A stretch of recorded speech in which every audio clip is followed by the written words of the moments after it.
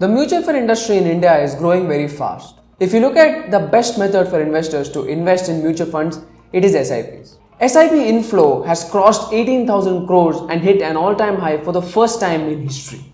So how can you as an investor make use of SIPs as the best way to maximize your returns? Join us this Saturday where we talk about how to align your SIPs to a financial goal, when to change your SIP and when to step up your SIP.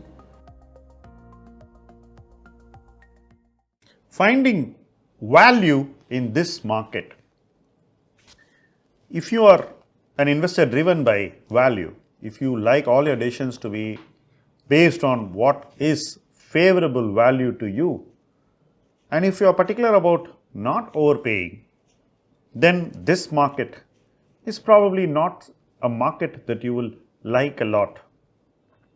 A value investor typically likes a market where he is spoiled for choice, where most stocks trade cheap and he can pick the best stocks out of them. Ideally, such a market is not going to come to us often. In a decade, we would see such a market maybe once, or if you are very lucky, twice.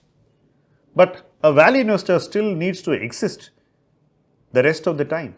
He needs to function, he needs to invest, and he needs to stay the course. What does he do at the times when value is not in favor, like the present? In times when value is not in favor, a value investor keeps understanding businesses, keeps evaluating what he likes in a business, identifies traits in a business which he can appreciate and which make him feel like owning that business, provided it is available at a favorable valuation.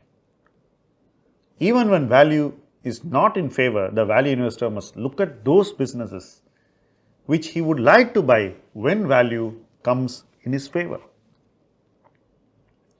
Most investors think that they can start studying businesses after valuations become cheap. But in a highly competitive market like India, where capital is chasing the best businesses, this model of starting work after the stock falls may not work. You need to be prepared long before the stock falls, so that when the stock falls, your decision is almost ready. You need to just brush up your research, revisit the idea, ensure that your conclusion is the same, and arrive at an investment judgment that drives the decision forward into action. So this is a time when the valuations of most companies are probably not in your favor, but you still need to look at companies which you can study, preparing for that day when valuations will turn in your favor. Valuations will turn in your favor for two reasons. One, investors lose patience in a specific company. Two, investors become negative on the whole market. As an investor, I have seen that investors losing patience in a company is a far better opportunity and a far more closer opportunity than investors losing patience in the whole market. In a market where dips get bought, where corrections get aggressively chased into, negative sentiment in a stock usually doesn't stay for too long. Especially so if the stock is otherwise a good business but is seeing some near-term headwinds, something that challenges the sentiment in the short term, and that causes somebody to get impatient and sell the stock all the way down. Typically, somebody who owns too much stock in a company and wants to exit will create that price trigger on the way down. When that price trigger happens on the way down, you must be ready to purchase that stock. You must have done your research and must be in a state of readiness. Then you will be able to use two factors in your favor, and both factors matter a lot to somebody who invests on the principles of value. The first one is you get the right valuation, and that's a very, very important thing for a value investor.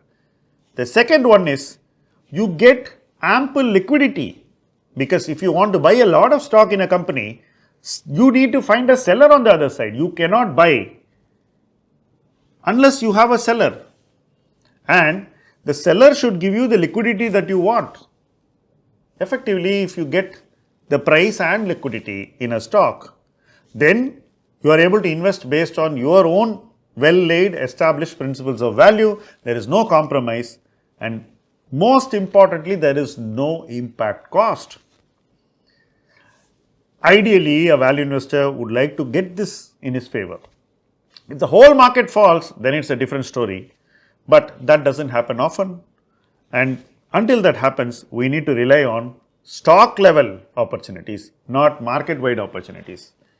So far, we have survived the last year or two based on stock level opportunities. As an individual investor and as a professional manager, the focus is always to be ready in a stock to forward your actions, to take things ahead and to move towards building positions. That state of readiness is something we must always be in companies which we like, so that when the valuations come in our zone of comfort, we are ready to act and complete building the positions. It's not easy to be a value investor in this market, especially when most of the businesses are trading expensive.